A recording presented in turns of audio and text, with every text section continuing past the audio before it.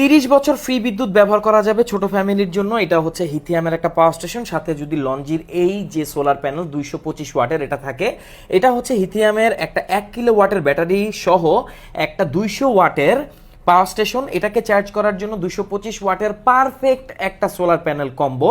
এটার প্রাইস বর্তমানে 26,000 টাকায়। দেখেন আমরা ইনডোরে রেখেছি, এটা যে কানেক্ট করেছি এটার সাথে, এই জন্য দেখতে পারবেন এই যে এখানে কিন্তু চার্জ ওঠানামা করছে।